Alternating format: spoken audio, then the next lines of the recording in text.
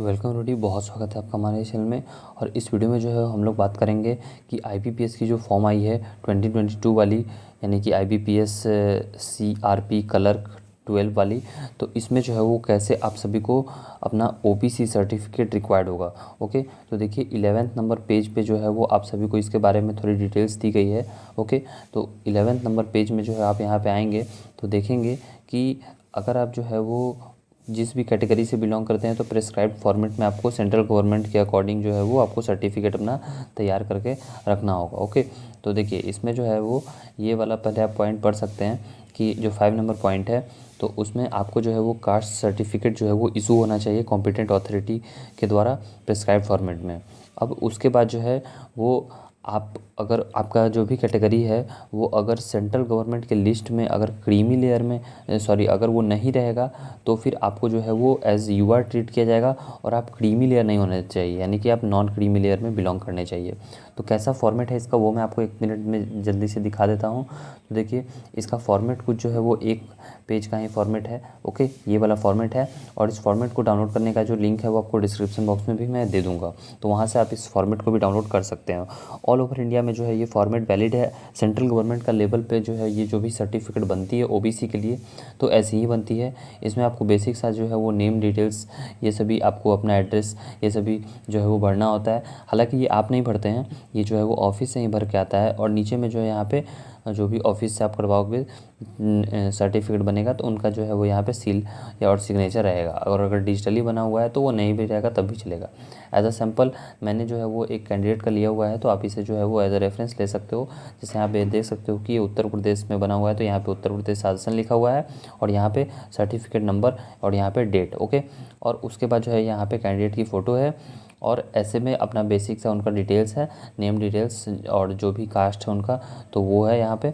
और उसके बाद जो है वो नीचे में आप देख सकते हो कि यहाँ पे डिजिटल साइन सिग्नेचर है। ओके, यहाँ पे लिखा हुआ है, आप ध्यान से पढ़ोगे तो लिखा हुआ है डिजिटली साइन बाय जो भी ऑफिसर का नेम है। ओके, तो वो यहाँ पे लिखा हुआ है। तो कुछ ऐसा ही जो है वो सर्टिफिकेट के फॉर्मेट पे आपको भी जो है वो सर्टिफिकेट बनवाना है ताकि आपको जो है वो बाद में कोई भी इशू ना हो। ओके, सो आई होप कि आपको जो है भी डाउट हो सकती थी मैंने क्लियर करने की कोशिश की है। और ये जो है वो आप कहाँ से बनवाएंगे वो मैं आपको बता देता हूँ। तो ये आप जो है वो इधर ऑनलाइन अप्लाई कर सकते हो। ओके, ऑनलाइन अप्लाई कर सकते हो। और हो सकता है आपके स्टेट में अगर ऑनलाइन की सुविधा ना हो तो आप जो है वो अपने नियर बाई जो ब्लॉक है, ओके, ब्लॉक कहते हैं, कुछ जगह तहसील कहते हैं, तो ब्लॉक में या फिर तहसील में जाके आप बनवा लेना। ओके, और वहाँ पे अगर आपको उतना भी नहीं पता है तो आप कोई एडवोकेट उन सभी से भी कम संपर्क कर सकते हो, वो भी आपकी कुछ मदद कर पाएंगे। और अगर ऑनलाइन आपको नहीं अप्लाई करने आता है तो आप सीएससी सेंटर भी विज़िट कर सकते हो। ओके, और डिफरेंट स्टेट्स में जो है वो मिनिमम जो है वो आपको कौन से लेवल पे बनवाना है, तो आपको सीओ लेवल पे या फिर आरओ लेवल पे या फिर तहसीलदार लेवल पे। ओके, तहसीलदार लेवल पे और या फिर जो है वो कुछ जगह मालतादार कहते हैं। ओके, मालतादार और या फिर नैब तहसीलदार, तो ये सभी नाम रहते हैं। तो आपको इन कॉम्पिटेंट अथॉरिटी से मिनिमम बनवाना है। सो आई होप कि जो भी थोड़ी सी डाउट हो सकती थी मैंने कवर करने की कोशिश की है। और फॉर्मेट को डाउनलोड करने का लिंक जो है आपको डिस्क्रिप्शन बॉक्स में मिल जाएगा। और कुछ स्टूडेंट्स की ये भी डाउट रहती है कि इंग्लिश में बनवाएं या हिंदी में बनवाएं, तो इंग्लिश और हिंदी दोनों बनेगा, चलेगा। ओके, इंग्लिश हिंदी दोनों का सर्टिफिकेट चलेगा, आप किसी भी लैंग्वेज में बनवा सकते हो। कोशिश करना कि आपके रीजनल लैंग्वेज में ना हो तो ज़्यादा अच्छा है, लेकिन अगर रीजनल लैंग्वेज में भी रहता है तो ज़्यादा इशू नहीं होगी। लेकिन कोशिश करना कि इन दोनों लैंग्वेज में बनवाएं, क्योंकि ये दोनों लैंग्वेज अगर इंडिया में अधिकतर जो है वो लोग समझते हैं और इंग्लिश हिंदी से ज़्यादा समझते हैं as an official language. Okay, means banks ये सभी में इंग्लिश ज़्यादा जो है वो प्रेफरेंस रहता है एज़ कम्पेयर टू हिंदी। तो इसलिए जो है वो आप कोशिश करना कि इंग्लिश में बने तो ज़्यादा सही है, और नहीं तो आपका हिंदी या फिर रीजनल लैंग्वेज में बना रहेगा तो भी चलेगा। ओके, इतना कोई हार्ड एंड फास्ट रूल नहीं है। सो आई होप कि जो भी डाउट्स हो सकती थी मैंने कवर करने की कोशिश की।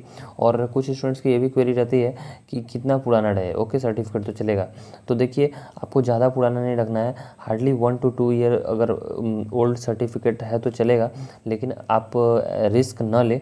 ओके, मैं तो यही कहूँगा कि अगर आपका सर्टिफिकेट 1 अप्रैल 2022 के पहले का है तो एक जो है वो सेफ़र साइड पे रहने के लिए आपको एक नया सर्टिफिकेट बनवा लेना चाहिए। ओके, क्योंकि जो ओबीसी की रिजर्वेशन होती है ना, वो आप सभी को पता होगा कि ओबीसी एनसीएल की रिजर्वेशन इनकम के बेसिस पे होती है।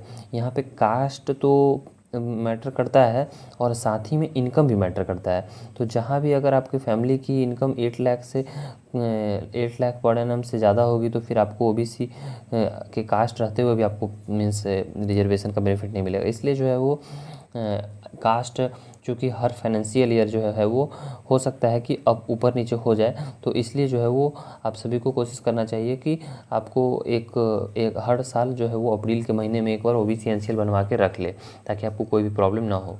सो आई होप कि जो भी डाउट्स हो सकती थी मैंने कवर की, एंड फिर भी अगर कोई डाउट हो तो आप कमेंट कर सकते हो।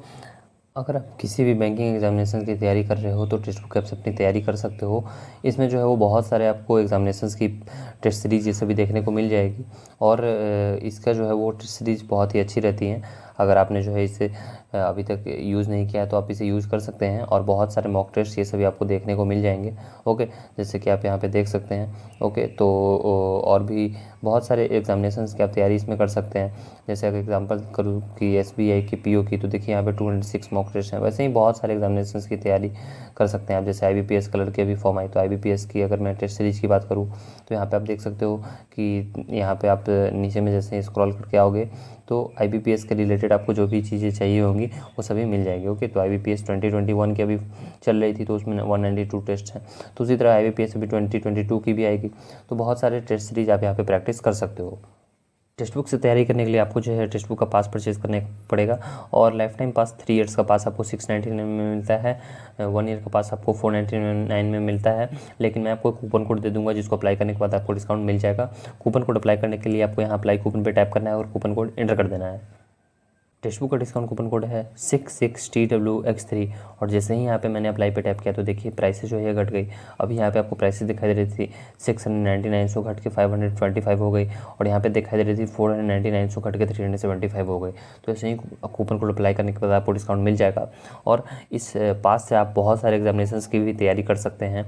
और इसमें जो है वो एक enough number of test series आपको मिलता है जो कि आपको सफिशिएंट रहेगा प्रिपरेशन के लिए। और आपके अगर कोई भाई बहन है जो कि और भी एग्जामिनेशंस की तैयारी कर रहे हैं, जैसे कि एसएससी की, टीचिंग एग्जामिनेशंस की, बैंकिंग की, तो वो सभी भी साइमल्टेनियसली इस ऐप से अपनी तैयारी कर सकते हैं। और आप जो है वो इस ऐप से जितने भी एग्जामिनेशन है उसका क्वेश्चन का ये सभी का डिटेल एनालिसिस ये सभी भी ले सकते हैं। ओके, और इसकी लाइव क्लासेस भी चलती रहती हैं, तो लाइव क्लासेस से भी अपनी तैयारी कर सकते हैं।